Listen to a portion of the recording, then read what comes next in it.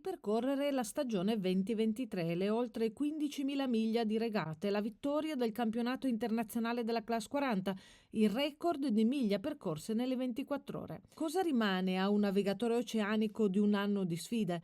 Le storie di mare si ripercorrono sempre per punti cospicui, luoghi e momenti salienti che raccolgono l'emozione di una regata, destinate a restare nel tempo e nella storia.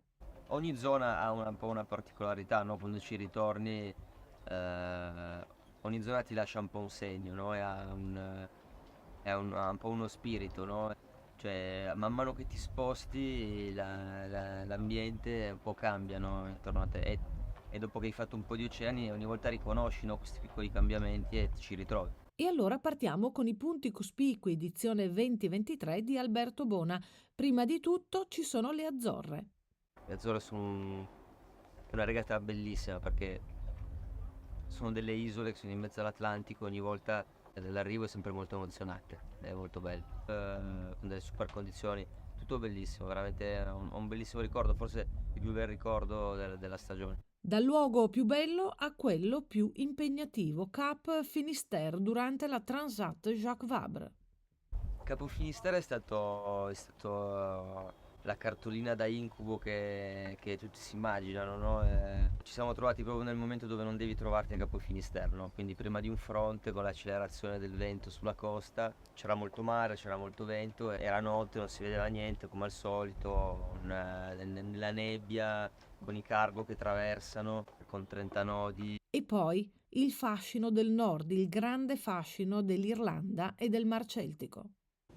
Quest'anno siamo andati fino a Tuscan Rock, la Normandy ci ha fatto girare questo faro che non ero mai, effettivamente non avevo mai girato, nella punta sud-est dell'Irlanda, ehm, e poi Tuscar e Fastnet, quindi Normandy è stata una doppietta che non avevo mai fatto.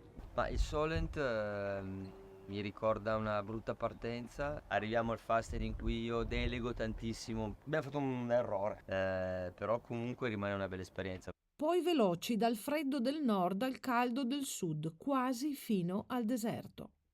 Andare a strambare vicino alla Mauritania è sempre strano perché ci sono queste notti molto terse, quest'aria secca che arriva dal deserto, queste stellate incredibili, è inconfondibile. E siamo al finale di stagione, il rientro della barca in Europa.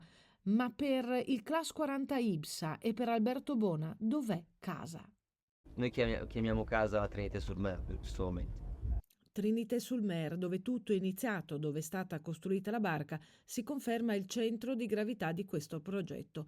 È il luogo dove Class 40 Ibsa adesso è in cantiere, dopo un totale di 50.000 miglia navigate tra regate e trasferimenti. È il tempo di una revisione completa in vista della stagione 2024.